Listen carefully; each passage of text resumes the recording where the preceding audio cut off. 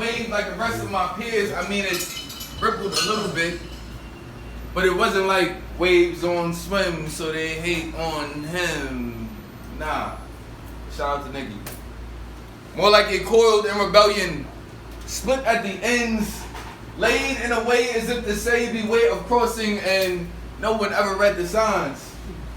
Cause see, when I was in 5th grade, they told me that the Brillo on my head is the reason why I'm so hard-headed. As if God himself did not drape me in wool, did not label me a king, did not emblem me a lamb. See, can't y'all see me here? Sacrificing myself each day, knowing this death will never be a trending topic. Even knowing that no one understands the reason why I'm supposed to be here. Because when I was in high school, a girl I like told me she doesn't date nappy-headed niggas. As if her father wasn't a nappy-headed nigga, or her father's father wasn't called a nappy-headed nigga by the same people who stripped her of her own defiance. Now, look at her. Docile and compliant. Hating my blackness the way she is supposed to. Because don't I remind her of everything she wished she wasn't? Don't I just explode pupils at every glance? See, ain't I so hard to look at and even tougher to touch? My reply was, alright, I guess that's cool. My mother raised me right. But there I go, resurrecting my spirit after being crucified by my peers. See, don't she know that I be water, I be life. Even when I be quicksand and sinking in a pool of insecurities, see, can't she see just how tough you have to be to keep going and going and going when everything, including your comb, breaks on you? See, I wonder if my hair is the part of my blackness I get to alter. Or when my people glorify waves, as if our ancestors' lifeless cages didn't crash into bodies of water, as if the ocean is not comprised of our tears, and her mother choosing to perm and straight comb her natural hair is a cure and not a symptom. I wonder. I wonder, is that what it takes to be black? Is that what it takes to be human? To be tamed? Is that what it takes to be accepted? You see, to be accepted is to be recognized by life. But why is it that to be black is to be conditioned? To be told that you are much too wild because even the follicles of your hair break chains. See, freedom, it does not lay down neatly. Freedom does not come lamented to shame. See, freedom is coarse. To show that they can't colonize this land without a fight. See, when I was 28, I'm showing my age, I'm 30 now, but that's besides the point. When I was 28, a co-worker suggested that I should cut my hair because it wasn't exactly appropriate for the workspace. I told her, I'm only attempting to be myself. She said, companies don't pay you to be yourself. Master don't have you here to be human. Who told you it was okay to believe you were somebody? Who told you that you could be black without consequence? Didn't you learn from Trayvon about how the hood loves you only after you die in it? How tombstones lie more than people do? How I have to use his name just to get a couple snaps and a reaction from the audience? See, is this what you want? To die in all your blackness? All 3/5 of your entirety, as if it ever mattered anyway? Just like black lives don't matter anyway. Just like black deaths don't matter anyway. See, I told her, I'm sorry. Because obviously, this hair is a sight that sore eyes haven't healed from yet. But no, I'm not sorry for my aesthetics, because truth be told, I look damn good. My girl be telling me that every day.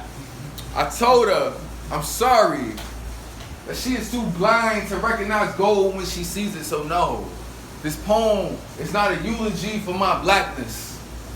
This poem is an inauguration to my wholeness. And I be damned if I ever part ways with myself for anybody. Thank you. Like I said, my name is Happy. I appreciate the air. So before I go to the next poem, my name is Hattress. It's like Masters with an H. If you want to follow me on the gram, it's IM_Hattress. But more importantly, if you want to follow me on Cash App, it's $Hattress. Just so y'all know, you feel me? So this poem, I literally wrote on Monday, so bear with me. I'm gonna give a little backstory on this poem. It's called Out With a Bang. I literally wrote it. I'm working for a company called The Jewish Board. I don't know if anyone here has heard of it. No, nobody in it yet. So I work for a company called The Jewish Board. They do a lot of social service work, human services. I had training on Monday. In the training, I heard some shit that really rubbed me the wrong way. Wrote a poem about it. That's just what poets do. Like when they feel some type of way, they write about shit. So it's called Out With a Bang.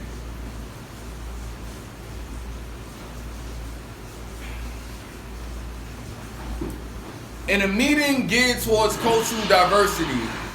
Gosh, it's all good. It's all good. Do your thing. Make your money. In a meeting geared towards cultural diversity, in a room filled with majority minority, a black man is told that while the board of operations is 100% Caucasian, he should rest assured knowing the majority of staff are people of color. A black man laughs. The type of laugh to keep from crying. A black man wrestles his uncomfort. A black man wants to pose a question, but doesn't. He fears his tongue be considered loaded gun. His skin considered knife. He looks around and then uses it to cut off his feelings. To cut himself into smaller pieces before anyone else has the chance to. At least then, he can say he did it to himself. A black man wonders if he should feel lucky to be allowed in spaces that he cannot change, or better yet, to have a seat at a table and still starve. See, he doesn't like avocado, and yet they put that shit on everything. Which got him thinking, would it be different if he was something else? Would it be better? Like maybe if he was the moon, and he shakes his head no. Because that just means he would still need the permission of white lights in order to shine. But maybe if he was a star, and shakes his head again. Because he already knows what it feels like to vanish within city skylines. See, stars are invisible here. So maybe he is sun. A black light in a white space. If death be a state of life, a black man be one step in a grave since birth. No wonder why stars get charged for shooting too. No wonder. He looks around again, realizes he hasn't said a single word. Comes to the conclusion that he has never heard a star before. Finds it fitting. Finds it deafening. Finds it funny to know that his work is valued while his voice is not. Thinks the parallel to slavery is a bit too cliche. Besides, it can't be oppression if you're getting paid to do it, right? It can't be oppression if there's a 2-hour training and a certificate of completion. I mean, it can't be oppression if this is still a work in progress. An acknowledgement that something is wrong without defining what something is. It can't be oppression. It can't be oppression. It can't be oppression. A black man looks around for the last time. Decides that if he is a star, then he must go out with a bang. And clears his throat. Thank y'all. I appreciate it. That was it. That's the end. I don't know what time it is. Nigga, you gonna tell us what the fuck you said in that room? I said, alright. So, you an artist. I'm like, what the fuck are you gonna do? I'm worried about that. So, the CEO of my company had a training on cultural diversity, literally. And he basically said like the board of elections is all Jewish, 100% white, and he was like, but we're getting better because the majority of the staff here are black, and I just felt like the help, and I was like, wait, what? Like, what do you mean, bro? Like, we still having a voice. So I raised my hand. I was like, hey, like, I had to do a PC. You know what I'm saying? I was like, hey, so can you tell me what type of challenges you encounter with a majority black staff in a Jewish organization, and what systems are in place to kind of like change that? He didn't have an answer, and I knew he didn't, but I just had to say that. Like, I had to say it. But I wrote the poem just because, like, I saw so many faces in that meeting that looked like me, and they were, not to discredit it, but like they were of lower titles, like ESP, things like that, and it's like, I'm a supervisor there, so it's like I was the only one that looked like me in that same type of setting, you know what I'm saying? So it's like, I feel like I had to, because it's like if I didn't, nobody would, you know what I mean? So it's like, he still didn't have an answer, but that's what's up. Okay. Alright, so do you think that it's like that on purpose? No, it's definitely like that on purpose, right? Okay. It's a Jewish organization. They don't want no one to have a voice or power. What's it even? The reason why they have mostly minority staff is because of the neighborhoods that they work in, right? And they understand that the staff is able to reach the type of population that they're dealing with, right? So it's like, it's helpful. Like I said, my work is valuable, but my voice is not. And the reason why we're not on the board is because they want their money to themselves. They want black DSP workers, but not black supervisors. They want, you know what I'm saying? Like, it's different, right? It's the difference between paying you $15 an hour and paying you a salary of $60K.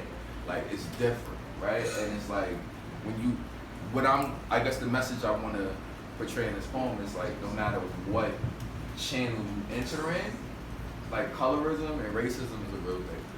And you're gonna have to encounter it in every type of business.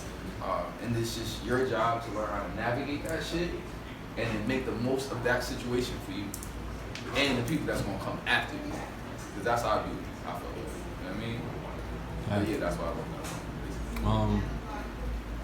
And this is the part where you say one thing that made you smile today. One thing that made me smile today is, today's my, what's it, Thursday? Today's my 4th day at my job. I had to do a shadowing of my direct supervisor who's at offsite, and his name is Charles King. He is a black man in Westchester.